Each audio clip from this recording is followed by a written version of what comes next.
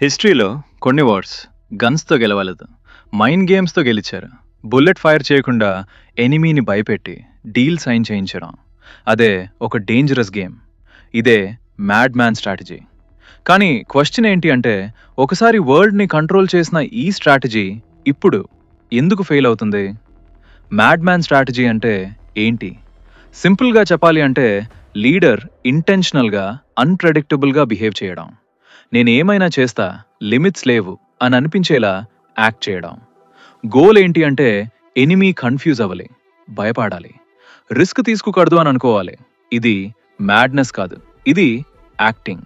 Psychological warfare. 1960లలో Richard Nixon, US president, ఈ స్ట్రాటజీని స్ట్రాంగ్గా యూజ్ చేశారు. ఆయన సోవియట్ యూనియన్కి ఒక మెసేజ్ పంపించారు: నేను అన్ప్రెడిక్టబుల్, నేను న్యూక్లియర్ బటన్ ప్రెస్ చేసిన సర్ప్రైజ్ అవ్వకండి.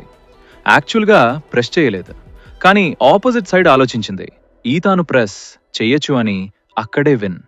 వార్ లేకుండా ప్రెషర్ క్రియేట్ చేసి అడ్వాంటేజ్ తెచ్చుకున్నాడు. అప్పుడు ఈ స్ట్రాటజీ ఎందుకు వర్క్ అయింది అంటే, ఆపోనెంట్ ఫియర్ స్ట్రాంగ్గా ఉంది, న్యూక్లియర్ వార్ అంటే భయం పీక్లో ఉంది, లీడర్ క్రెడిబిలిటీ స్ట్రాంగ్గా ఉంది, వాదిని అన్ప్రెడిక్టబుల్ అని నమ్మరు, ఇన్ఫర్మేషన్ కంట్రోల్ ఉంది, సోషల్ మీడియా లేదు, లీక్స్ తక్కువ. సో ఫియర్ ప్లస్ అన్సర్టనిటీ సక్సెస్కి రీజన్ అయింది. ఇప్పుడు మోడర్న్ వరల్డ్లో డొనాల్డ్ ట్రంప్ సేమ్ స్ట్రాటజీని ట్రై చేశారు. ఆయన స్టైల్ ఏంటి అంటే, morning strong warning, we will destroy. Evening soft tone, let's make a deal. Mixed signals, sudden changes. Goal ఏంటి అంటే, ఎనిమీని కన్ఫ్యూజ్ చేయడం, క్విక్గా నెగోసియేషన్లో విన్ అవ్వడం, ఫియర్ క్రియేట్ చేసి డీల్ ఫోర్స్ చేయడం. కానీ ఇక్కడే ప్రాబ్లం స్టార్ట్ అయింది. మ్యాడ్ మ్యాన్ స్ట్రాటజీకి ఒక సింపుల్ రూల్ ఉంది: ఆపోనెంట్ భయపడాలి. కానీ రిపీటెడ్గా సేమ్ యాక్టింగ్ చేస్తే ప్యాటర్న్ అర్థం అయిపోతుంది, షాక్ వాల్యూ పోతుంది.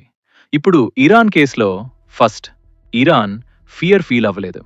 ఇయర్స్ నుంచి శాంక్షన్స్, ప్రెషర్, థ్రెట్స్, వాళ్ళకి ఇది రొటీన్. సో ఫియర్ క్రియేట్ అవ్వలేదు.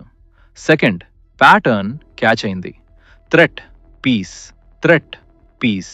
ఇప్పుడు వాళ్ళకి తెలుసు ఇది ఒక స్ట్రాటజీ అని, సో కన్ఫ్యూజన్ లేదు.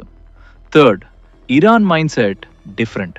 డిసిషన్స్ ఫియర్ బేస్ మీద కాదు, belief system strong, so intimidation work అవ్వలేదు.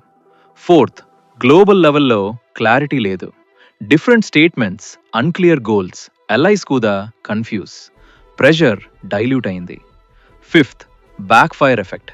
ఫియర్ క్రియేట్ చేయాలని ట్రై చేశారు, కానీ ఆపోజిట్గా రెసిస్టెన్స్ పెరిగింది. ఫైనల్గా ఒక simple truth: mad man strategy ఒక లాజిక్ మీద డిపెండ్ అవుతుంది. Fear equals control. కానీ ఇరాన్ కేసులో ఫియర్ లేదు, సో కంట్రోల్ కూడా లేదు. యాక్టింగ్ స్ట్రాంగ్ ఉంటే సరిపోదు, ఆపోజిట్ వాదు బిలీవ్ చేయాలి, లేక మ్యాడ్ మ్యాన్ స్ట్రాటజీ ఫెయిల్ అవుతుంది. మీరు ఏమనుకుంటున్నారు?